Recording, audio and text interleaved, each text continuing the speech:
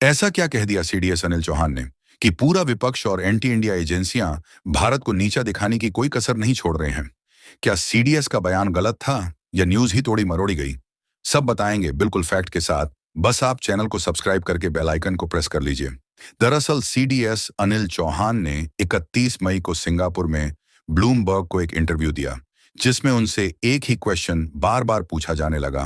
Question बताने से पहले आपको बता दूं कि ब्लूमबर्ग एक अमेरिकी वित्तीय, सॉफ्टवेयर डेटा और मीडिया कंपनी है।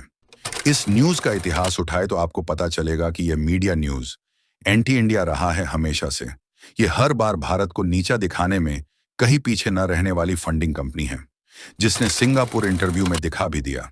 दरअसल सीडीएस चौहान साहब से ऑपरेशन सिंदूर के विषय पर चर्चा चली, जिसमें सीडीएस से प्रश्न हुआ कि भारत के कितने फाइटर जेट गिराए गए। पूरी दुनिया जानती है कि पाकिस्तान में तबाही किस लेवल की हुई है। जाहिर सी बात है कि यदि युद्ध होगा तो दोनों ओर क्षति तो होगी, परंतु प्रश्न पाकिस्तान की तबाही के बारे में नहीं पूछा गया। बार बार प्रश्न पूछा गया कि भारत के कितने जेट गिराए गए। तब सीडीएस अनिल चौहान का कहना था कि गिरे हैं, पर हमने उससे सबक लिया। फिर ब्लूमबर्ग के पत्रकार का प्रश्न आया कि कितने जेट गिरे हैं।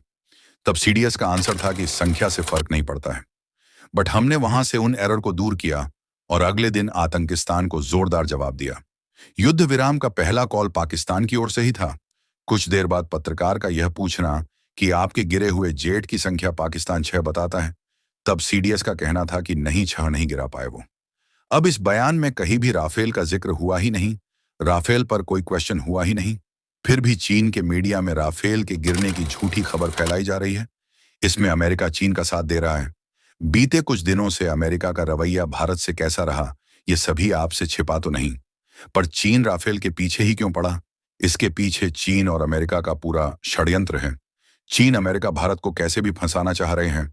आपको बता दूं, दुनिया में चीन सबसे बड़ा हथियार निर्यातक देश है। फिर उसके बाद अमेरिका, दोनों ने पूरे विश्व का 45% से अधिक हथियारों बेचने का मार्केट बना रखा है। परंतु भारत ने अमेरिका की अनसुनी करके रूस से S-400 और ज्वाइंट मेड ब्रह्मोस डील की। ऐसे में अमेरिका और चीन के फाइटर जेट और डिफेंस सिस्टम भारत और रूस के हथियारों के सामने कहीं नहीं थे। नतीजा, पाकिस्तान बुरा फंसा और हार ही गया। ऊपर से अब डीआरडीओ द्वारा स्टार नाम की मिसाइल का सेकंड ट्रायल किया, जो कि पूर्ण स्वदेशी और ब्रह्मोस से एक कदम आगे है। इसका थर्ड ट्रायल बाकी है। साथ ही और नए फीचर पर चर्चा हो रही है। ऐसे में अमेरिका और चीन को डर भारत और रूस से लग रहा है।